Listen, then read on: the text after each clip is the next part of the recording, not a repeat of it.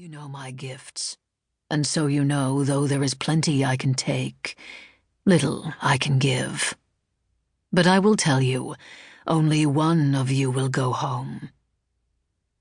The woman drew a sharp breath. Fortune smiled, and her coin flashed like the sun in the snow, like shadow and like blood. "You sought death in the woods. Did you think the way back would be easy?" The woman said nothing. The flame in the lantern burned lower. "Ask," Death commanded.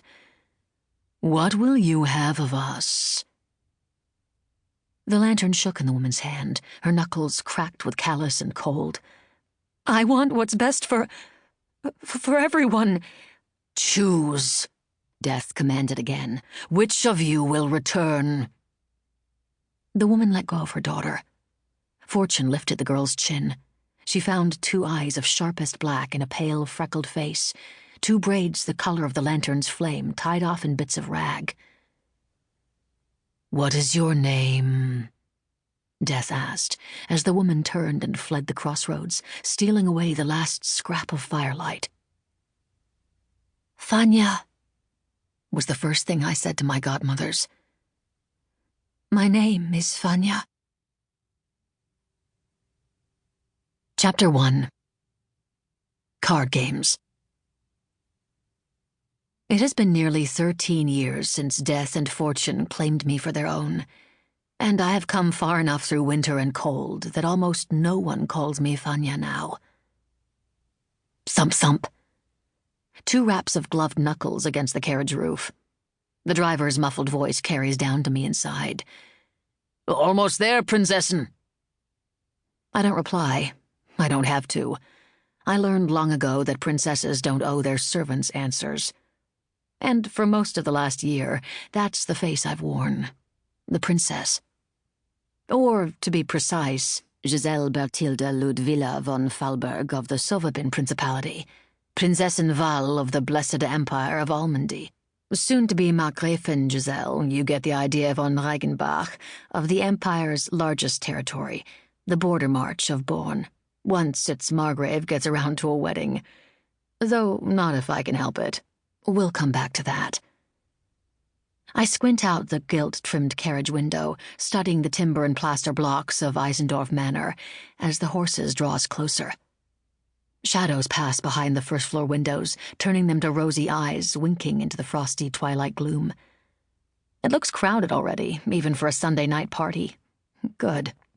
A princess ought to be the last of the von Eisendorf's guests to arrive.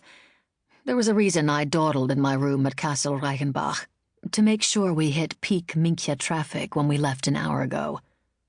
But I have more motive to survey the manor's scenery than just making sure the Prinzessin arrives fashionably late. Lit windows are fewer on the 3rd floor, but I still spot 2 bracketing the double doors where the master bedroom lets out onto its telltale grand balcony.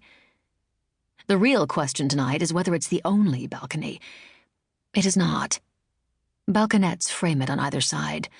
Lamplight gilds only one of the balconettes, spilling from an adjacent room that looks to share the fat main chimney with the master bedroom. That chimney is currently chugging smoke into the dimming sky. One might wonder why the von Eisendorfs would keep a fire going up in their bedroom when they'll be busy entertaining guests downstairs all evening. I'd bet 3 solid gulden that they're heating the guest chambers next door instead, in case the Prinzessin needs a respite. An opportunity to suck up to the Margrave's bride-to-be can't be missed.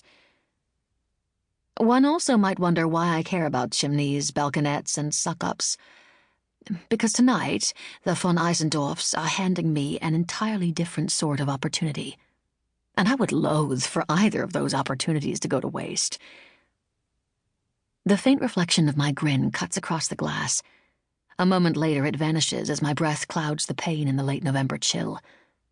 I should play it safe, settle back into my seat, resume the serene, graceful facade of the Prinzessin. Instead, I size up the remaining distance between us and the first guard will pass, and quickly draw a simple, distinct set of curves in the fogged glass. Then I sit back and smooth my grin down to a placid smile. When we pass the first guard, I see him do a double take. He elbows the guard beside.